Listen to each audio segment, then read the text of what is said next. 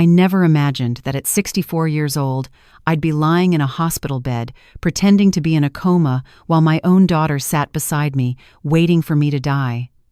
But the most terrifying part? She was the one who put me there. My name is Margaret, and for 38 years, I thought I knew my family. I thought I understood what love meant, what loyalty looked like. I was wrong about so many things. It started 6 months after my husband Robert died of a heart attack. We'd been married for 42 years, and his death left a hole in my life I didn't think would ever heal. Robert had been a structural engineer, and I'd spent my career as a high school English teacher. Together, we'd managed to build a comfortable life.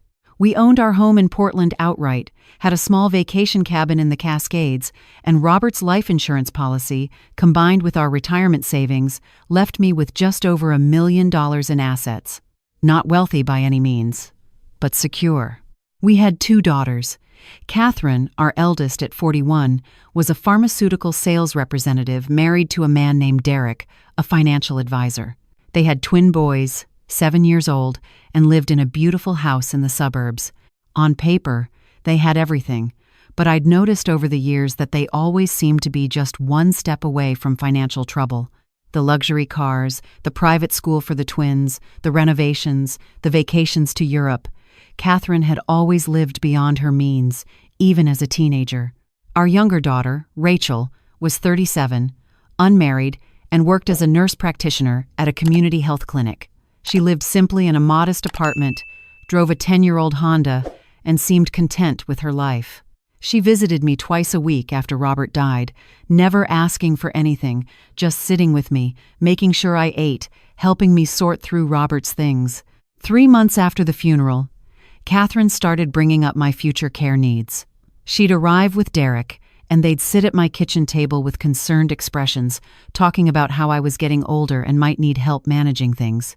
I was 63 at the time, in perfect health, still gardening, still volunteering at the library, still driving myself everywhere. But Catherine insisted I needed to start planning. "Mom, you should really consider giving me power of attorney," she said one afternoon, sliding a folder across the table. "Just in case something happens. Derek says it's the responsible thing to do." Derek nodded solemnly. "Margaret, I see this all the time with my clients. They wait too long, and then when there's a crisis, the family can't access accounts, can't pay bills, can't make medical decisions. It's a nightmare." Something in my stomach tightened. "I'm perfectly capable of managing my own affairs," I said quietly. "I'm not elderly, Catherine. I'm not even retired yet." "Of course not, Mom." Catherine reached over and patted my hand, but her smile didn't reach her eyes. "We're just trying to help, to protect you." After they left, I called Rachel. "Your sister wants me to give her power of attorney," I said. There was a long silence on the other end. "Mom," Rachel finally said, her voice careful. "Catherine called me last week. She wanted to know if you'd mentioned anything about updating your will." My blood went cold. "What did you tell her?" I told her I had no idea and that it wasn't any of my business. But Mom, she seemed really fixated on it. She asked if I knew how much Dad's life insurance was. I didn't tell her anything, but it made me uncomfortable. That night, I couldn't sleep. I kept thinking about Catherine's visits over the past 3 months, how she'd started going through my mail when she thought I wasn't looking, how she'd asked detailed questions about my medication, my doctor's appointments, my daily routines, how Derek had casually mentioned that their boys' school tuition was surprisingly expensive and that their adjustable rate mortgage was becoming a challenge. The next morning, I made an appointment with my attorney, James Morrison, who'd handled Robert's estate. I told him about Catherine's request. James leaned back in his chair, his expression grave. "Margaret, I'm going to be very direct with you. In my 40 years of practice, I've seen this situation play out more times than I can count. Adult children push for financial control before it's necessary, and it almost never ends well for the parent. But Catherine is my daughter," I said weakly. "Surely she wouldn't." "I'm not saying she would do anything wrong," James interrupted gently. "But I am saying that you should protect yourself. If you want to assign power of attorney, do it thoughtfully. Consider naming both daughters jointly, or name a neutral third party. And never, under any circumstances, Give someone control of your finances if they're currently experiencing financial stress. I took his advice. I updated my will to split everything equally between Catherine and Rachel, with Rachel as executor. I did not sign over power of attorney to anyone, and I told no one about these decisions except James. Catherine's reaction to my refusal was subtle but unmistakable. The visits became less frequent. The phone calls grew shorter. When I did see her, there was a coldness in her eyes that hadn't been there before. Then, 2 months ago, Catherine showed up at my door with Derek and a surprise. A beautiful, expensive-looking gift basket filled with imported chocolates, specialty teas, and gourmet coffee.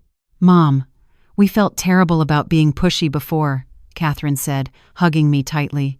"We just love you and want what's best for you. We brought you some treats to apologize." I was touched. Maybe I'd been too suspicious. Maybe my grief over Robert had made me paranoid. I invited them in, made coffee, and we spent a pleasant afternoon together. Catherine seemed like her old self again, warm and affectionate. After they left, I made myself a cup of the new English breakfast tea from the gift basket. It had a slightly bitter aftertaste, but I assumed it was just a strong blend. That night, I felt dizzy and nauseous. By morning, I had a pounding headache and could barely get out of bed. Rachel came by that afternoon and found me lying on the couch, disoriented and weak. She immediately checked my blood pressure and found it dangerously low. "Mom, I'm taking you to the hospital," she said, her face pale with worry. At the emergency room, they ran tests. My blood showed signs of hypotension and dehydration, but nothing that explained the severity of my symptoms. They kept me overnight for observation. I felt better the next day and went home. But 3 days later, it happened again. I'd had another cup of the tea. This time, the dizziness was worse, and I actually fainted in my kitchen. I woke up on the floor with Rachel kneeling beside me, on the phone with 911. Back in the hospital, Rachel pulled me aside. "Mom," she said quietly, "I need you to tell me the truth. Has Catherine been giving you anything? Any supplements, medications, teas, anything like that?" I told her about the gift basket. Rachel's face went white. "Don't drink anything from that basket again. Don't eat anything she gives you. I need to run some tests." "Rachel, what are you saying?" "I'm saying that as a nurse practitioner, I've seen these symptoms before in elderly patients whose medications were being tampered with. But you're not on any medications. So if someone wanted to make you appear sick, weak, confused, they'd need to give you something directly." I felt like the floor had dropped out from under me. "You think Catherine is poisoning me?" "I think we need to be very careful and very smart." Rachel's voice was steady, but her hands were shaking. "I'm going to take samples of everything in that gift basket to a colleague of mine who works in toxicology. And Mom, I need you to trust me. Don't tell Catherine any of this. Act normal. If I'm right and she thinks her plan is working, she might get careless." The thought that my own daughter could be trying to hurt me made me physically ill. But I remembered how fixated Catherine had been on my finances, how cold she'd become when I refused to give her control. And I remembered something else. 3 months before Robert died, he'd mentioned to me that Catherine had asked him for a loan of $50,000. He'd said no. Rachel tested everything in the gift basket. The chocolates were fine. The coffee was fine. But the tea, the English breakfast tea that I'd been drinking twice a day, contained oleander extract, a plant-based toxin that, in small doses, causes dizziness, nausea, low blood pressure, and confusion. In larger doses, it causes heart failure and death. "It's almost perfect," Rachel's toxicologist friend explained to us. "In an older woman, these symptoms would be dismissed as natural decline. A heart attack wouldn't seem suspicious at all, and oleander clears the system relatively quickly, so unless someone specifically tests for it, it would likely never be detected." I couldn't breathe. My daughter, the child I'd raised, nursed through childhood illnesses, supported through college, celebrated at her wedding, was methodically poisoning me. "We have to go to the police," I said, but Rachel shook her head. "Not yet. If we go now, Catherine will know we're onto her, and she'll just deny everything. The tea container probably doesn't have her fingerprints on it, and she can claim someone else must have tampered with it or that it was contaminated at the manufacturer. We need more evidence. We need to catch her in the act. So we devised a plan. I would pretend to be getting sicker, more confused, more dependent. Rachel would tell Catherine that I'd agreed to let Catherine help manage my medications and daily care, and we'd wait to see what Catherine would do next. It didn't take long. Catherine started visiting every day, bringing me vitamins and supplements that she insisted would help me feel better. I didn't take any of them, pouring them down the sink when she wasn't looking, but I acted progressively weaker, more forgetful. I stopped going to my book club. I let my garden overgrow. I shuffled when I walked and pretended to forget the names of my neighbors. One afternoon, Catherine sat me down at my kitchen table with a stack of papers. "Mom, I know you didn't want to think about this before, but now that you're not feeling well, we really need to get your affairs in order. I had Derek draw up some documents. You just need to sign here, here, and here." I looked at the papers with unfocused eyes, pretending to be confused, but I could read them clearly. They weren't just power of attorney documents. One was a transfer deed for my house, signing it over to Catherine. Another was paperwork to add Catherine as joint owner on all my bank accounts with right of survivorship. A third was a new will that left everything to Catherine, citing Rachel's lack of interest in family matters as justification. I don't understand all these words," I mumbled. "It's so confusing. Maybe I should have James look at them?" Catherine's face hardened for just a moment before she smoothed it back into a concerned expression. "Mom, James is so expensive, and these are standard documents. Every elderly person needs them. You trust me, don't you? I'm your daughter. I just want to take care of you." "Let me think about it," I said weakly. "My head hurts so much today."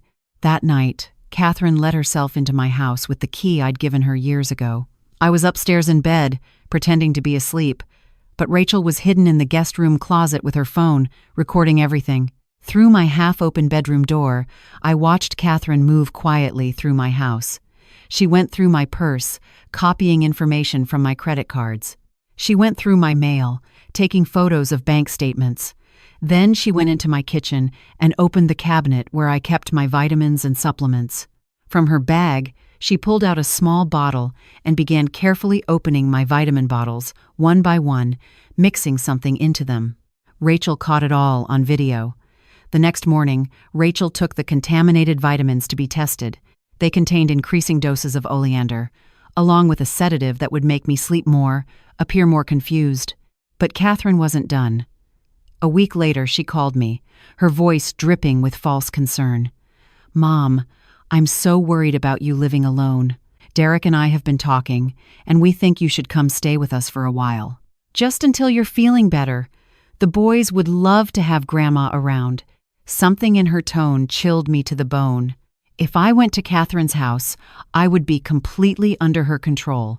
No witnesses except Derek, who was clearly complicit. No way for Rachel to protect me. "That's so sweet, honey," I said, my voice trembling. "But I think I'm more comfortable here at home." "Mom, I really think it's best." Catherine's voice had lost its sugary quality. "In fact, Derek and I insist. We're coming to pick you up tomorrow. Pack a bag for a few weeks." After she hung up, Rachel and I called James Morrison. We called the police. We handed over everything: the contaminated tea, the contaminated vitamins, the videos, the medical reports, the forged documents. "This is attempted murder," the detective said grimly. "Premeditated, systematic attempted murder and attempted fraud. We'll arrest her tomorrow when she comes to pick you up." But I wanted more than an arrest. I wanted to see exactly how far Catherine would go. So the next morning, when Catherine and Derek arrived, I was ready. I'd taken a sedative that Rachel had given me, enough to make me genuinely drowsy and pliable, but not enough to be dangerous. I stumbled slightly as Catherine helped me to their car, and I saw the flash of satisfaction in her eyes. They drove me to their house. The police followed in an unmarked car. Rachel followed behind them. I was wired with a recording device that Rachel had gotten from her hospital security team. At Catherine's house, she led me upstairs to what she said was a guest room, but I noticed the lock on the outside of the door. I noticed the absence of a phone. I noticed the window had been nailed shut. "Mom, why don't you rest for a while?" Catherine said, helping me onto the bed. "I'll bring you some lunch in a bit. And here, take this vitamin. It'll help you feel better." She held out a large capsule and a glass of water. I pretended to swallow it but tucked it into my cheek. As soon as she left the room, I heard the lock click. I spit out the capsule and hid it in my pocket. An hour later, Catherine returned with a bowl of soup. "How are you feeling, Mom?" she asked, setting the tray on the bedside table. "Tired," I mumbled. "So tired." "That's good. You need to rest." She pulled a chair close to the bed and sat down. Then she did something that made my blood run cold. She pulled out her phone and started scrolling through my bank accounts. She'd clearly gotten my passwords somehow. "You know, Mom," she said conversationally, as if talking to herself, "you really should have just cooperated. This would have been so much easier for everyone, but you're so stubborn, just like you were with Dad." My heart was pounding, but I kept my breathing slow and even, pretending to be half asleep. "Dad wouldn't help us either," Catherine continued, her voice bitter. "When we needed that money, when Derek's investments went bad, when we were about to lose everything, Dad just said no, said we needed to learn to live within our means, as if he and his self-righteous principles mattered more than his own grandchildren's welfare." She looked at me with cold eyes. "So now here we are. You'll have a heart attack in your sleep tonight. Very sad, but not unexpected for a woman your age with your recent health problems. Derek already has the death certificate template ready. His cousin works at the funeral home, very accommodating, and by next week, I'll be the sole owner of everything you have. Rachel won't contest it. She's too noble, too naive. She'll think you just changed your mind in your final days."